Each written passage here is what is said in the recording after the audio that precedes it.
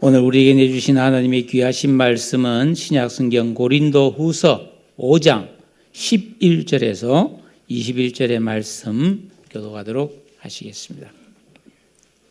11절 우리는 주의 두려우심을 알므로 사람들을 권면하거니와 우리가 하나님 앞에 알리어졌으니 또 너희의 양심에도 알리어지기를 바라노라.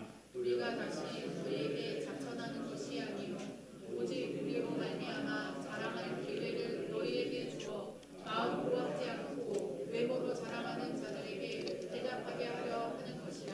우리가 만일 미쳤어도 하나님을 위한 것이요 정신이 온전하여도 너희를 위한 것이니 그리스도의 사랑이 우리를 강권하시는구나.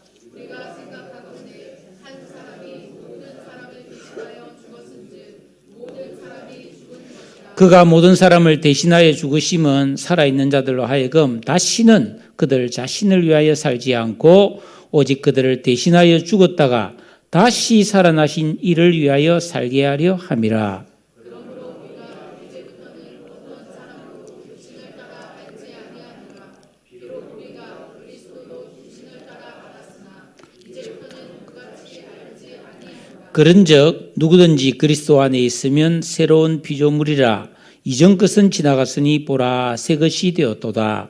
모든 것이 하나님께로서 났으며 그가 그리스도로 말미암아 우리를 자기와 화목하게 하시고 또 우리에게 화목하게 하는 직분을 주셨으니 곧 하나님께서 그리스도 안에 계시사 세상을 자기와 화목하게 하시며 그들의 죄를 그들에게 돌리지 아니하시고 화목하게 하는 말씀을 우리에게 부탁하셨느니라. 그러므로 우리가 그리스도를 대신하여 사신이 되어 하나님이 우리를 통하여 너희를 권면하신 것 같이 그리스도를 대신하여 간청하노니 너희는 하나님과 화목하라. 다 함께 하나님이 죄를 알지도 못하신 이를 우리를 대신하여 죄로 삼으신 것은 우리로 하여금 그 안에서 하나님의 의가 되게 하려 하심이라. 아멘.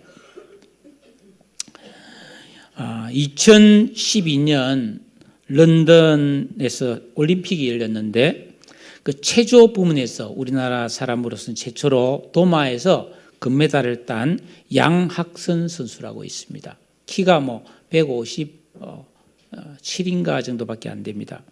그런데 이전까지 어떤 선수들도 시도해보지 않는 최고 어려운 난이도와 7.4라고 하는 최고의 어떤 수준의 기술을 개발하고 성공적으로 시연을 해서 금메달을 땄습니다. 도마는 우리가 어릴 때 하는 뜀틀과 같은 거죠. 달려와서 탁 짚고 공중에서 뱅글뱅글 돌고 탁 서는 거죠. 잠깐인데 2초인데 2초. 공중에서 2초간 어떻게 하냐에 따라서 금메달, 은메달, 동메달이 딱 나뉘는 건데 이것은 쫙 뛰어와서 팡 도마를 치고 팍 위로 날아서 2초 동안 공중에서 몸을 비틀면서 세 바퀴를 도는 것이에요. 세 바퀴 반을 도는 거예요. 2초 동안. 여러분 2초 동안 이게 세 바퀴 돌리기도 쉽지 않잖아요. 온몸을 공중에서 세 바퀴를 비틀면서 그래서 1060도를 회전하는 고난도의 기술인데 이 기술은 지금도 세계 체조 교본의 양학선 기술이라는 이름으로 영원히 기록되었습니다. 그런 그에게 기자가 물었습니다. 당신이 뛰어와서 공중에서 돌 때 무슨 생각을 합니까? 물어보니까 망설이지 않고 하는 말이 무섭다는 생각을 합니다. 세계 그 누구도 따라하지 못하는 엄청난 동작을 숙달하는 선수인데도 그렇게 공중에서의 2초가 너무나 무섭다. 그렇게 말했습니다.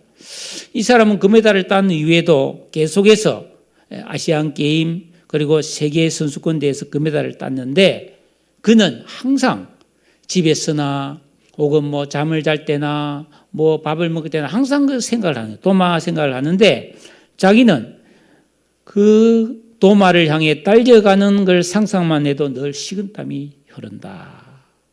이런 말을 했습니다. 미국 메이저리그에서 투수로 활약했고 국가대표로 활약하면서 좋은 성적을 거둔 봉중근이라는 야구 선수가 있는데 이 선수도 은퇴하면서 야구공이 너무 무섭다. 그렇게 말했습니다. 군인들 중에서 특공대가 있잖아요. 특공대 중에서 검은 베레모를 쓴 특공대는 주로 비행기에서 낙하산을 타고 뛰내리는 일을 하는데 이것을 1000번을 뛰어내려서 성공하면 금장 월계 휘장이라는 특별한 자격을 줍니다. 그런데 대부분의 그런 금장 월계 휘장을 받은 군인들이 뛰어내면 뛰어내릴수록 다리가 후들거리고 무섭다. 그런 고백을 합니다. 제가 더 놀란 것은 피아니스트가 공연장에서 피아노를 치려고 하는데 갑자기 건반이 너무 두려워서 피아노 앞에 엎드려서 엉엉 울었다는 경우도 있어요. 그렇게 힘들고 무서우면 그만두면 될 텐데 왜 계속할까요? 저는 가끔 비행기를 탈 때 매일같이 저렇게 비행기를 타고 일을 하는 승무원들은 비행기에 오르면서 무섭지 않을까? 저 사람들은 안 무서울까? 그런 생각을 합니다. 왜냐하면 비행기는 모든 교통수단 중에서 가장 안전하다고들 말을 하지만 공중을 난다는 사실이 저는 두렵더라고요. 그래서 이륙하거나 착륙할 때는 간절히 기도합니다. 무사히, 오늘 더 무사히 하면서. 그리고 정말 솔직히 말씀드리면 저도 이게 강단에서 설교를 한 지가 30년이 이제 넘었는데 사실 매번 두려운 건 사실이에요. 떨립니다. 그래서 저는 여기 오기 전에 제 방에서 이렇게 마음을 다 잡아요. 그리고 잠깐 이 뒤에 앉아서도 계속 주여 주여 하면서 기도하고 이 길을 계속하고 있습니다. 사람은 연약한 존재죠. 성경에는 두려워하지 말라라는 구절이 365번 나온다고 하는데 어떤 목사님은 365일 매일 두려워하지 말라는 하나님 뜻이다. 그렇게 말한 분이 있어요. 하지만 사람은 죄를 짓고 하나님을 떠난 이후로는 본질적으로 연약해졌습니다. 깨어지기 쉬운 그릇 같아서 항상 두려움에 사로잡혀 살 수밖에 없는 존재임을 부인할 수가 없습니다. 이런 우리가 예수 믿고 구원받아서 하나님의 자녀뿐 아니라 그리스도의 군사가 되어서 죄와 불법이 가득한 세상에서 내가 할 일 다 해가면서도 거룩하게 살아야 되고 복음을 전하며 선하고 의로운 삶을 산다는 것 쉬운 일이 아니잖아요. 네. 거짓과 악령과 싸우는 영적 싸움도 해야 됩니다. 무슨 힘으로 우리가 그것을 잘 감당할 수가 있겠습니까? 오늘은 이런 이야기를 여러분과 좀 나누려고 합니다. 참, 제가 이제 우리 주일 예배를 드리고 나서 이제 통계를 보면은 지금 유튜브로 이제 예배 드린 분이 많을 때는 30명이 넘어요. 실시간으로 같이. 지금도 아마 듣고 있는 분이 계실 텐데 가능하면 교회로 오세요. 자, 오늘 우리가 읽은 본문 고린도후서는 하나님의 선하심이 사탄의 세력을 계속해서 이기고 있다는 사실을 보여주는 말씀입니다. 마귀는 온갖 방법으로 성도를 유혹하고 우리 신앙과 삶에 혼란을 일으키면서 두려움과 염려를 자꾸 줍니다. 하지만 성도는 우리 주님 예수 그리스도를 내 인생의 주인과 왕으로 모시고 계명을 지키고 주기도문을 붙들고 기도하는 진실한 영적 생활을 지속할 때 우리는 그런 사탄을 이겨낼 수가 있는 것입니다. 11절 오늘 말씀해 보니까 우리는 주의 두려우심을 알므로 사람들을 권면하거니와.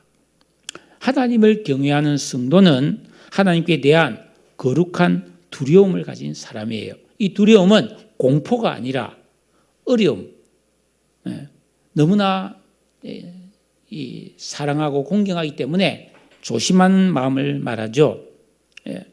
왜 우리는 우리 주님을 두려워해야 되는가? 그게 바로 위에 있는 10절에 그 이유가 나와 있습니다. 우리 10절을 같이 한번 읽어보겠습니다. 다 같이 시작. 이는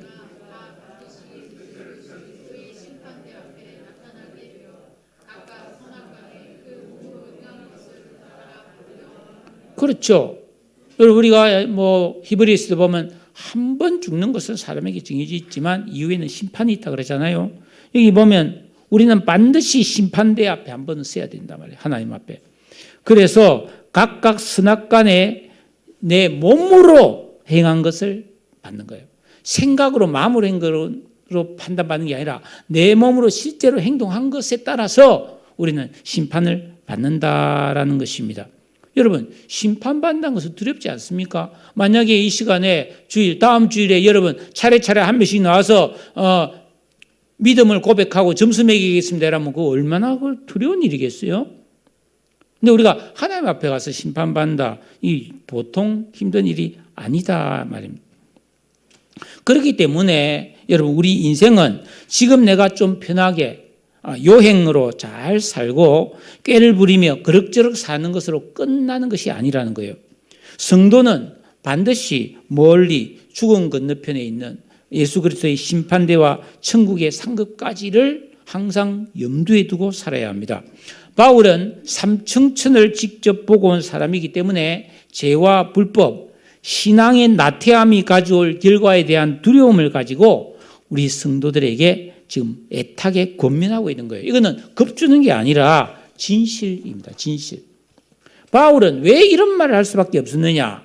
그 당시 고린도 교회 안에 사도 바울이 전하는 그 정확한 말씀을 의심하고 기도하면 안 듣고 오히려 거짓 교사들이, 엉터리들이 전하는 말에 솔깃해서 바울을 배척하는 다수의 성도가 있었습니다. 이에 바울은 내가 전하는 복음과 가르침은 하나님 앞에 내가 부끄러움이 없다.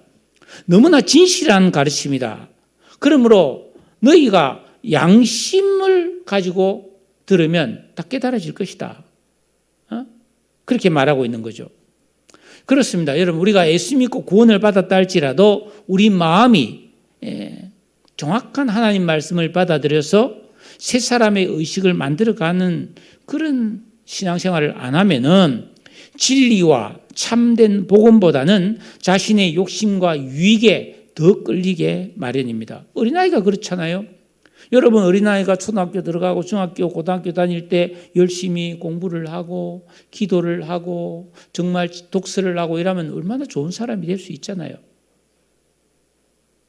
여러분, 이 세상은요, 자기 하기에 따라서 어마어마한 사람이 될 수도 있고 정말 하잘것없는 인생을 살 수도 있잖아요. 이 세상은 그렇습니다. 근데 어린아이들 그렇게 안 살잖아요. 대부분 애들은 그냥 노는 것 좋아하고 막 게으르고 해야 될 일을 안 하는 것을 그냥 고집처럼 그렇게 살고 있잖아요. 그게 이제 아담 안에 있는 인간의 부조리함이죠. 그렇다 보니까 그 고린도 교회 성도들은 바울이 순수하게 정말 혼신의 힘을 다해 전하는 이 진리의 말씀을 듣기보다는 거짓 선지자들이 지도해주는 혈통, 학벌, 표적, 화려함, 황홀경, 영적 체험에 입신에 들어갔다 그런 걸 더 좋아했다 이 말이죠.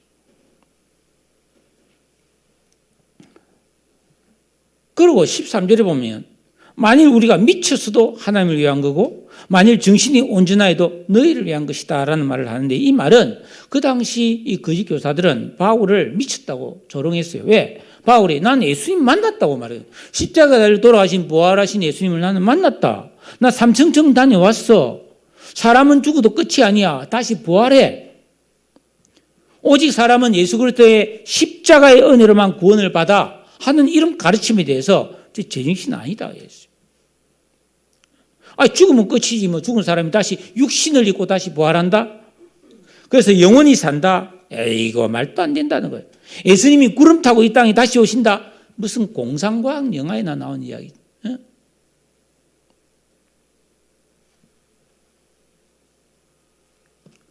바울은 그런 그 사람들에게 나는 미쳐도 좋고 정신이 온전해도 좋은데 내가 하는 말과 일은 다 하나님과 성도를 위한 것이다. 너희들처럼 자기 이익을 추구하는 가짜들과는 다르다는 것을 지금 말하고 있는 것이죠. 여러분, 좋은 신앙은 어떤 신앙이냐? 그것은 바울처럼 예수 그리스도께 미쳐야 합니다. 이 말은 상식으로 예수를 믿으면 안 된다는 거예요. 우리 신앙은 정말 혼신의 힘을 다해서 세상의 어떤 그런 가치관을 가지고 믿는 게 아니에요. 효율성으로 믿는 게 아니에요. 편리함으로 믿는 게 아니에요. 생명 거는 거예요. 그런 신앙생활을 하고 난 다음에 사람을 대할 때는 정신이 온전하여 참되고 거룩한 말과 행동을 해야 되는 거예요. 저는 이 말씀에서 한 가지 깨달음이 왔어요. 그렇다. 우리가 예수 믿는 사람으로서 신앙생활을 열심히 할수록 하나님에 대해서 미치면 미칠수록 더 인격과 삶이 품격이 있게 거룩하여진다. 여러분, 우리는 영적인 싸움을 치열하게 하고 인간관계에서는 겸손하고 신실하고 온유해야 합니다. 그러니까 뜨겁게 신앙생활하는 사람이 알아야 사람들 앞에서 좋은 사람이 될 수 있다고 저는 믿습니다. 이것도 아니고 저것도 아니고 그러면 안 돼요. 그럼 바울은 왜 그런 신앙생활을 했느냐? 14절에 그리스도의 사랑이 우리를 강권하시는도다. 이 강권하신다는 이 말은 열심히 권하다, 잡아 당긴다는 뜻입니다. 여기서 우리는 사도 바울의 신앙의 깊이를 엿볼 수가 있는데, 여러분, 사람이 살아가면서 하기 싫은데 억지로 해야만 하는 경우가 있습니다. 그거는 뭐예요? 돈 때문에 그렇죠. 돈 준다 하면 싫어도 하잖아요. 누가 막 강제로 힘으로 밀어붙이면 막 할 수 없어서 막, 그죠? 도둑놈이 뭐 칼 들고 손 들으려면 손 들어야 되잖아요. 들기 싫어도 들어야 되네. 팔이 아파도 들어야 되는 거예요. 체면 때문에 하기 싫은 일을 할 수 있습니다. 그런데 사도 바울은 내가 이렇게 매 맞아가면서 욕먹어가면서 이렇게 죽느냐 사느냐 이런 위격을 많이 겪으면서도 이 복음을 전하는 것은 그리스도의 사랑 때문이라고 말하고 있습니다. 멋있잖아요. 사랑의 힘 때문에 나는 이 일을 한다. 여러분, 이게 뭐 그렇게 대단한 일이 아니에요, 사실은. 여러분, 이 세상에도 사랑하기 때문에 목숨 거는 일이 얼마나 많습니까? 로미오와 줄리엣 막 그런 것만 봐도 사랑하기 때문에 온갖 희생을 감수하잖아요. 내가 누군가를 사랑한다면 막 국경을 넘기도 하고 말이죠. 그렇잖아요? 목숨을 걸기도 하는 게 이게 사랑이란 말이에요. 우리가 예수 믿고 구원받았다는 것은 이 예수 그리스도의 사랑을 받았기 때문에 우리는 뭐예요? 부득불 주님의 뜻대로 살 수밖에 없는 거예요. 예, 이게 신앙의 최고의 정점에 해당하는 결박의 신앙이라는 겁니다. 여러분, 우리가 신앙의 성장 단계를 보면은 처음에 어떤 한 사람이 예수를 영접해서 구원을 받습니다. 거듭나잖아요. 중생합니다. 그러면 우리 죽었던 영이 살아나는데 이 영이 살아난 성도는 그 다음 단계가 뭐냐면 예수 그리스도를, 하나님을 내 인생의 진정한 주인과 왕으로 모시고 하나님이 이렇게 살라라고 주신 성경 말씀, 하라 하지 마라는 말씀, 이 계명을 정확하게 지키고 순종하면서 또 주기도문을 붙들고 기도하는 이런 영적 생활을 하면 우리 마음이 마치 농부가 밭을 갈듯이 마음이 깨끗하게 다듬어지는 거예요. 그래서 아담 안에 있던 우리 안에는 악한 죄성이 뽑혀져 나가는 거예요. 그게. 그러면서 동시에 그 씨를 뿌려서 삭이 나듯이 말씀의 씨가 뿌려져서 우리 안에서 아주 뭐예요? 새 사람의 의식과 인격이 만들어지기 시작하는 거예요. 자, 이 일을 계속하면 순종, 기도, 인내, 헌신 이걸 계속해서 어느 정도 분량이 쌓이면은 어느 순간 우리에게 1차 지혜, 지식, 명철, 총명이 착 옵니다. 지혜, 지식, 명철, 총명이 오면 성령의 음성이 들리. 이때부터 하나님의 음성이 들리기 시작하는 거예요. 그래서 하나님이 나에게 이렇게 하라 저렇게 하라고 하는 그런 성령의 감동과 지시를 하달받을 수 있는 초보적인 신앙 양심이 만들어지는 거예요. 여러분, 이게 굉장히 여러분이 잘 들을 수 없는 이야기죠. 깊은 이야기를 하는 겁니다, 사실은. 그런 신앙 양심을 가지고 계속해서 순종과 기도의 말씀을 우리가 지켜가면서 성령의 지시와 인도를 온전하게 순종하면 그러니까 똑같이 대학에 합격해도 점수가 다르잖아요. 그죠? 똑같이 농부가 열심히 농사 지어도 30배씩 100배가 다르잖아요. 그런데 그만큼 우리가 온전히 순종하면 선하고 고귀한 품격을 가진 새 사람의 의식이 만들어집니다. 그렇다 할지라도 인간은 죄인이 완전히 벗어나지 못했기 때문에 고범죄를 짓지 않아야 돼요. 이때 고범죄는 내가 이거 지으면 죄라는 걸 알면서도 짓는 죄예요.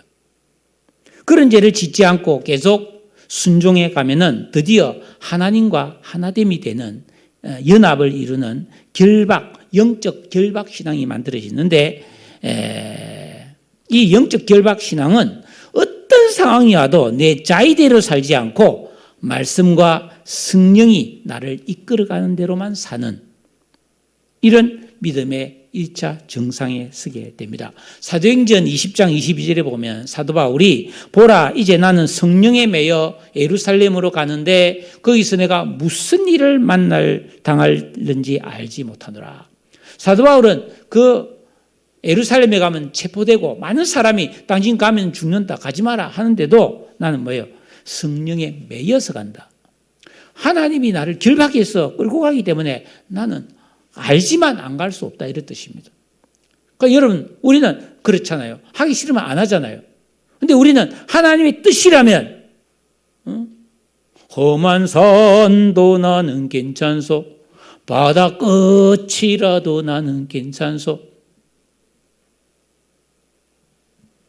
가는 거죠. 사도 바울이 그리스도의 사랑이 우리를 감고 나신다고 하는 게 바로 자기는 이런 상황에서 하나님 뜻이기 때문에 나는 이걸 전하지 않을 수 없다는 거예요. 우리 성도가 이런 신앙생활을 해야 될 이유는 축복받기 위해서가 아닙니다. 나를 위해 십자가에 피 흘려 구원해 주신 주님의 사랑 때문입니다. 그 사랑이 나를 감고 나시는 거예요.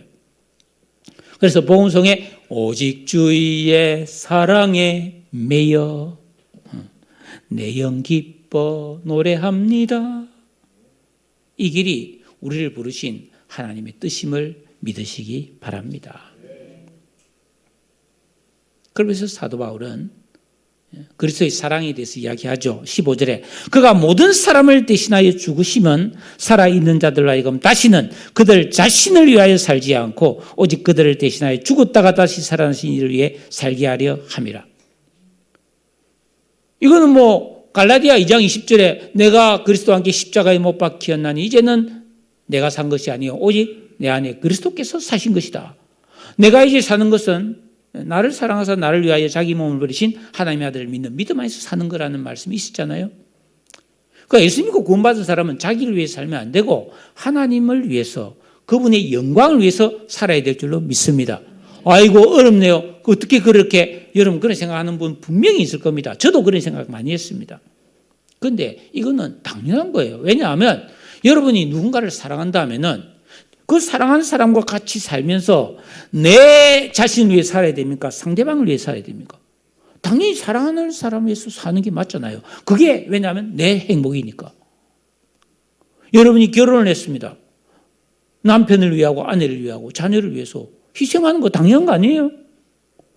그렇게 안 하면 그거는 가정이 불행한 가정이죠. 진실한 사랑은 자기를 희생하고 사랑하는 사람을 위해서 사는 것이 마땅한 일인 줄로 여러분 믿습니까? 그렇죠. 마찬가지 신앙도 그렇다는 거예요. 주님이 나를 위해 죽으셨어요. 우리는 주님과 결혼했어요. 이제 우리는 당연히 주님을 위해서 우리는 살아야 되는 거예요. 그런 게 그게 나의 행복이고 나의 기쁨이 되는 것을 여러분 믿으시기를 바랍니다. 성도는 이런 고백을 주저하면 안 되는 거예요. 그래서 로마서 14장 7절에 보면은 우리 중에 누구든지 자기를 위해서 사는 자가 없고 자기를 위하여 죽는 자도 없도다.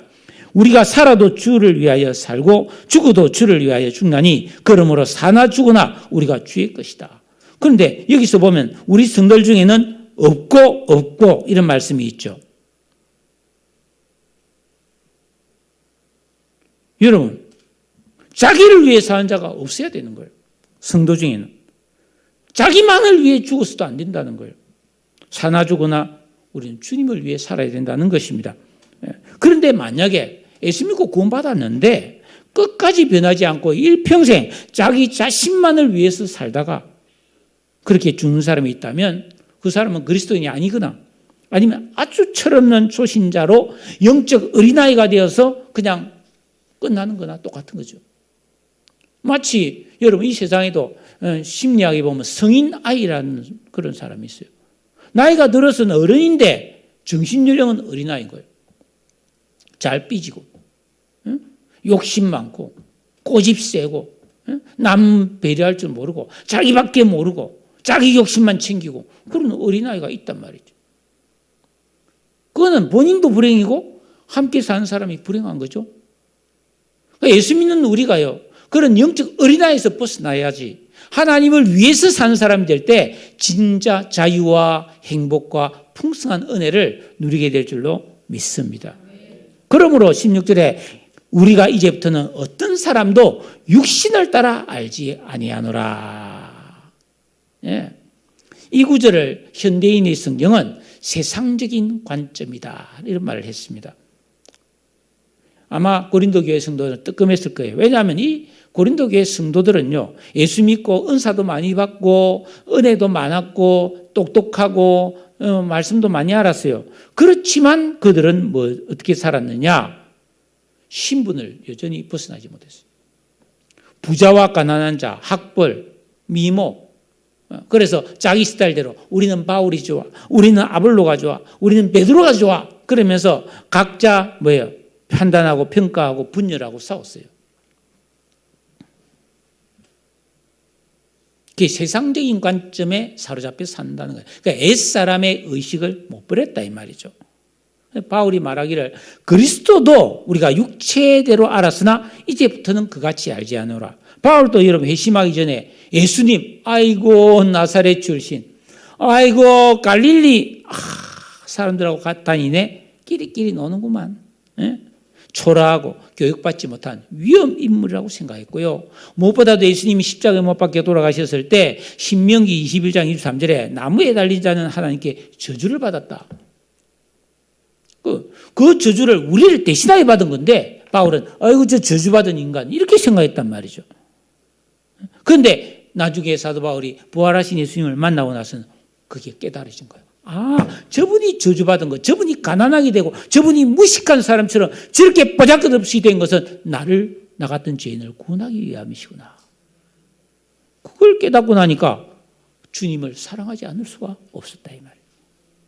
여러분 사도 바울뿐 아니라 대다수의 유대인들, 오늘날 우리도 그런 육체대로 우리는 알고 사는 경우가 너무 많다. 그러나 16절에 보면 이제부터라는 말이 두 번 나와요. 이제부터. 예수 믿고 구원받고 이 진리의 말씀을 깨달음부터는 이제부터는 달라야 된다는 거예요. 우리의 세계관, 우리의 인생관, 우리의 가치관, 우리의 물질관, 삶과 죽음에 대한 모든 것에 대한 생각과 기준이 변화돼서 살아야 될 줄로 믿습니다. 그냥 안 변합니다. 결단하고 뛰어들어서 순종하고 기도해야 변화되는 거죠. 성도는 변화받아서 변화된 사람으로 사는 것이 진정한 성도의 길인 줄로 믿으시기를 축원합니다. 그런즉 17절에 다 같이 읽어볼까요? 너무 중요한 구절이잖아요. 시작. 그런즉 새로운 피조물이라 이전 것은 지나갔으니 보라 새 것이 있대요. 이거 엄청난 말씀입니다. 저는 한 35년 전에 이 말씀을 가이드 포스트라는 책에서 누군가의 간증 속에서 이 말을 딱 처음 듣고 외워서 정말 지금까지 이 말씀을 사랑하는데 이 말씀은 무엇입니까? 누구든지 남녀노소 빈부귀천 유대인 이방인 피부색 종족 혈통과 무관하게 이 뜻입니다. 우리는 어떻습니까? 남성 혐오, 여성 혐오, 그리고 동남아 이런 피부색이 그런 거 흑인들 좀 폄하하잖아요. 얼마나 차별합니까? 가진 사람 못 가진 사람 그에 대해서 너무 큰 벽을 만들고 끔찍하다고요.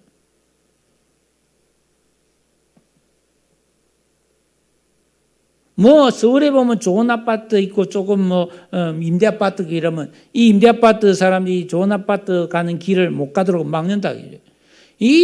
아이고 진짜 그런 일이 있잖아요.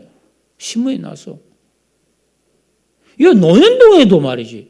거기 뭐 좀 괜찮은 아파트 뭐가 있고 뭐 신문에 났어요. 그게 임대 아파트 뭐 이런 게 있는데 그 초등학교가 중간에 있어서 이 좋은 아파트 아이들 임대 아파트 아이들을 오는데 이 좋은 아파트 사람들이 같이 오면 못하겠다 반 나눠달라 이렇게 말했는데 이런 아이 덜 떨어진 인간들이 있어요. 아이고 열받아서 물 한잔 하겠습니다.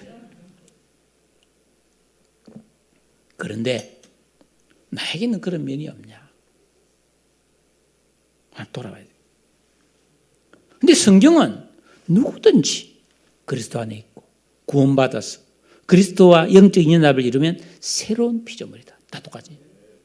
여러분, 우리가 인간이 언제 만들어졌어요? 창조 6일째에 하나님이 흙으로 사람을 만들고 그 코에 후 하고 생기를 불어넣어서 생명이 되게 했어. 하나님의 형상으로 만물의 영장이 되게 했습니다. 그런데 이런 인간이 자유의지가 그것을 선하게 사용하지 못하고 죄를 짓고 타락해 버렸습니다. 그래서 하나님과 멀어져 버렸어요. 말도 못하게 영적으로 망가져서 엉망진창이 되어버렸죠. 그런데 하나님이 이런 인간을 불쌍히 여겨서 예수님의 십자가의 죽으심과 부활을 믿으면 그 사람을 구원해서 그 심령을 새로 만들어주는데 이게 2차 창조를 통해서 우리 영이 살아나서 옛사람이 죽고 거듭난 새로운 피조물, 다른 존재로 만들어줬다 이 말이에요. 즉 예수 믿고 구원받는다는 것은 고장난 것을 수리하고 고치는 그런 것이 아니라 전혀 새로운 영적 존재로 재창조함을 받은 새로운 피조물이 된 줄로 믿습니다. 우리가 그렇다는 거예요. 내가 그렇다는 거예요. 그렇다면 뭐예요? 다르게 살아야 된다는 거예요. 다르게 살아야 된다. 세상 사람들과 똑같이 생각하고 똑같이 그렇게 욕심 부리고 똑같이 신경질 부리고 그렇게 살면 안 된다는 거예요. 네? 18절에 보니까 이 모든 것은 하나님이 하신 일이라는 겁니다. 네? 왜 그렇게 하셨는가? 죄와 타락으로 하나님과 원수되었던 우리를 재창조해서 하나님의 자녀가 되고 새로운 피조물이 되게 하신 것은 적어도 뭐예요? 하나님과 같이 화목을 누리는 하나님의 벗이 되게 하기 위해서라는 거예요.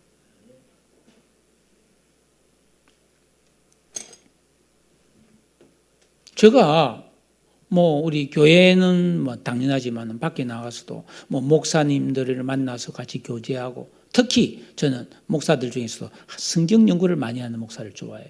같이 그 말씀을 서로 연구한 것을 이야기하고 대화하고 하면 시간 간 줄 모르거든요. 말이 잘 통해요.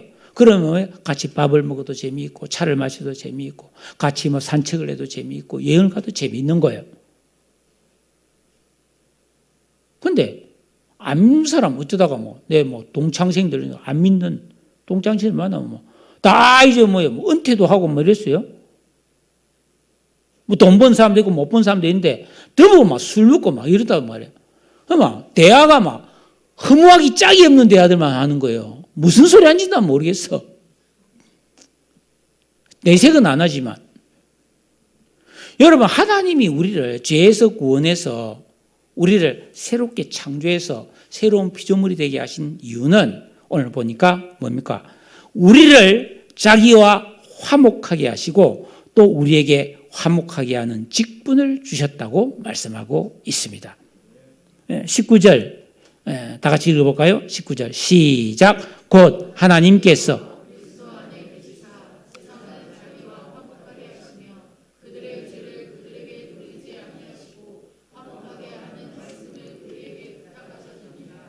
그러니까 우리가 구원받은 것은 우리가 더 이상 뭐예요? 하나님과 멀리 떨어진 존재가 아니고 하나님과 교제하고 하나님과 화목하고 사이좋게 잘 지내고 싶어서 하나님이 우리를 구원했다는 거예요.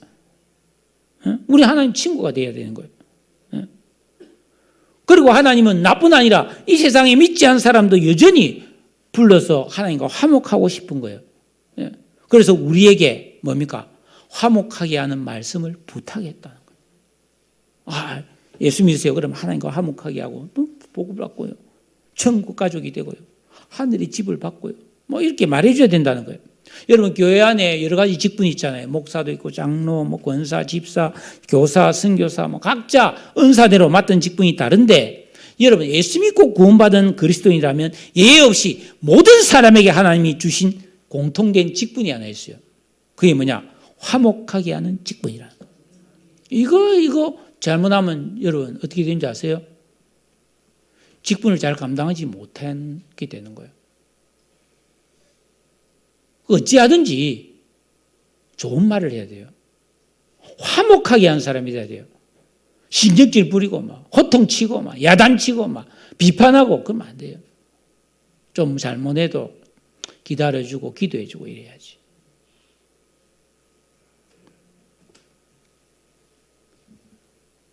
내 뜻대로 안 된다고 막 분풀이하고 막 호통치고 막 그런 막 파괴적인 행동을 하는 것은 그 복음의 사람이 아니에요.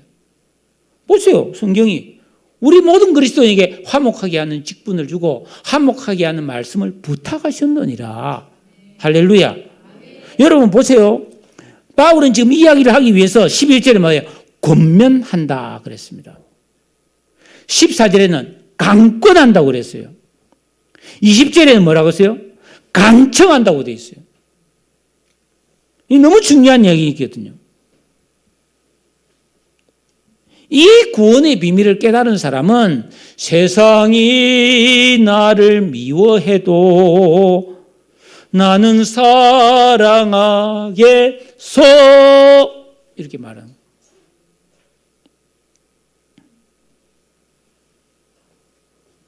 여러분 어찌하든지 하나님과 먼저 화목하시고 그래서 하나님의 은혜를 받아서 평화의 사람이 되어서 어딜 가든지 화목하게 하는 직분을 잘 감당하시기를 축복합니다. 아름다운 직분이잖아요. 얼마나 멋있는 직분이에요. 이게 세상의 소금이고 세상의 빛이지. 그러므로 20절에 우리가 그리스도를 대신하여 사신, 이건 뭐 엠베서더, 대사를 말하죠. 사신이 되어 하나님이 우리를 통하여 너희를 권면하시는 같이 그리스도를 대신하여 간청하노니 너희는 하나님과 화목하라. 여러분 당시 고린도교회 성도들은 분열과 시기, 질투, 음행 등 죄를 지으면서 하나 되지가 못했고 거짓 교사들의 잘못된 가르침에 미혹되어 하나님과 불화하고 멀어져 있었습니다. 바울은 그런 고린도교회 성도들 너희들 그따위를 가지고 되겠어? 구원받겠어? 지옥에 들어갈래? 그렇게 말하지 않았어요. 하나님과 화목해라고 좋게 말했단 말이에요. 예? 바울의 심정이 이렇습니다. 권면하고 간청하고 강권하고. 왜 이렇게 합니까? 하나님 뜻이니까. 성도 여러분, 하나님과 화목하시기를 바랍니다. 여러분, 사람과 사람 사이에 불화가 일어나는 가장 큰 이유가 뭘까요? 제가 가만히 생각해 보니까 고집과 죄 때문입니다.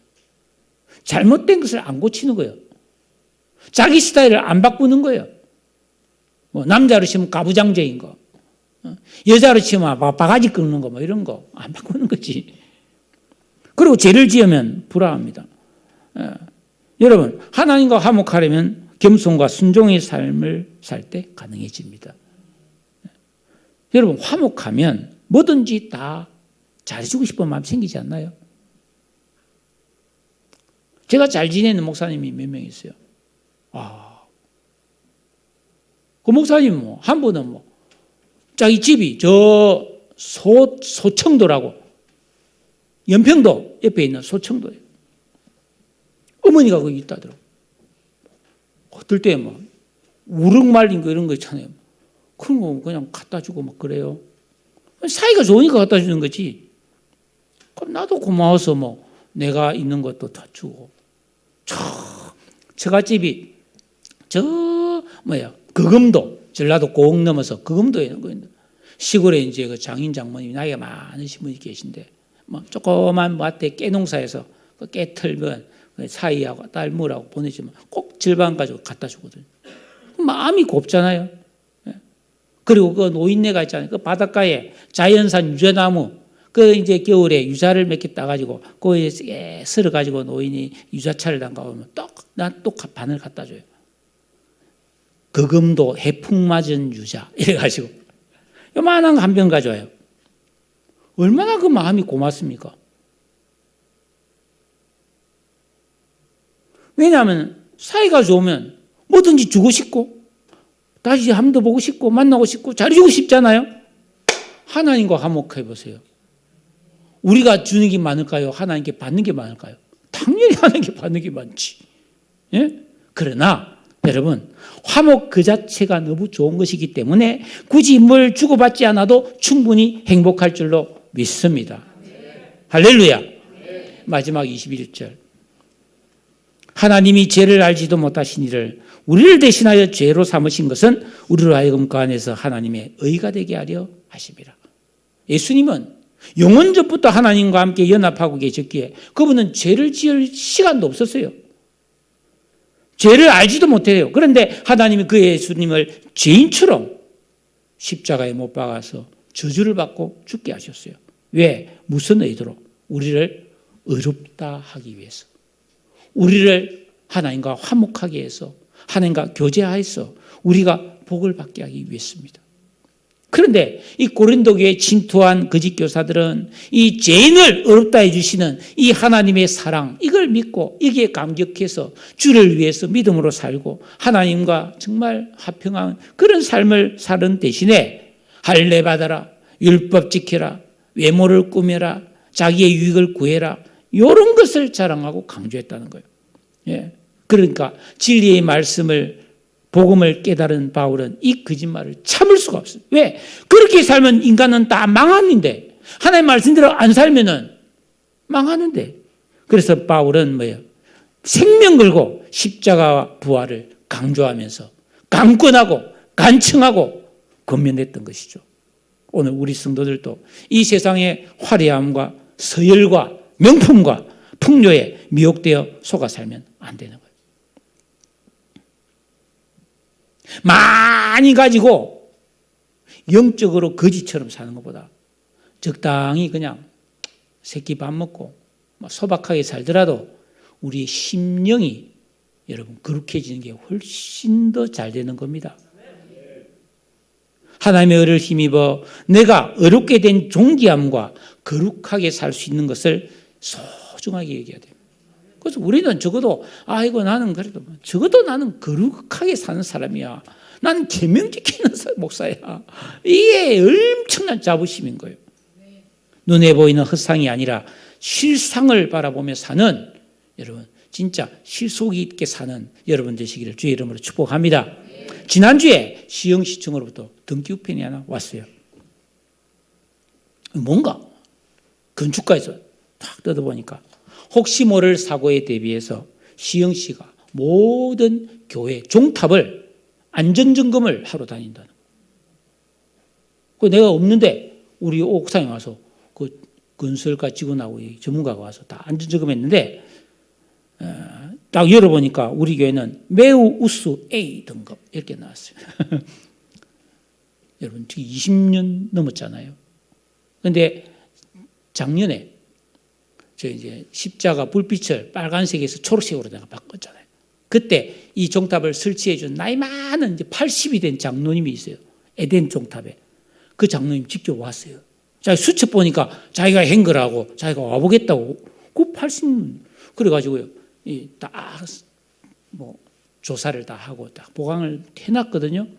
왜냐하면 태풍이 오고 이러니까. 다행히 이번에 매우 우수라고 나와서 너무 마음이 좋았어요. 여러분, 그리스도인은 10년, 20년, 30년 평생을 견고하게 믿음에서 서서 약해지지 말아야 될 줄로 믿습니다. 여러분, 이 세상에서 가장 오염되기 쉽고 가장 무너지기 쉬운 게 거룩한 믿음이에요. 좋은 믿음은 지키기가 어려워요. 왜냐하면 이것은 점도 흠도 없는 예수님의 정결한 피로 이루어진 믿음이고요. 순종과 기도를 통한 세상과는 다른 그런 진리의 삶을 살아야만이 지탱되기 때문이에요. 그런데 우리는 죄와 불법이 가득한 세상에 폭 빠져 살잖아요. 그래서 이 세상에는 가짜도 많고 이단도 많고요. 외모를 자랑하고 육신의 편리와 자기 유익을 추구하는 아담 안에 있는 악한 의식, 이게 너무나 유행하고 있는 거예요. 그러나 우리 성도들은 예수를 믿고 구원받은 새로운 피조물들이잖아요. 재창조 안 받은 보통 사람들이 아니란 말이에요. 그래서 우리는 마음으로 주님을 사랑하고 주님을 위해 살고자 힘쓰므로 하나님과 화목해야 될 줄로 믿습니다. 그리스도의 사랑의 강건함을 받아서 화목하게 하는 말씀을 전파하는 이 화목된 직분을 잘 감당해야 됩니다. 그럴 때 우리에게 진정한 행복과 평화가 옵니다. 하나님이 축복이 옵니다. 화목하면 하나님이 좋은 것 다 줘요. 부귀도 주고 영화도 주고 건강도 주고.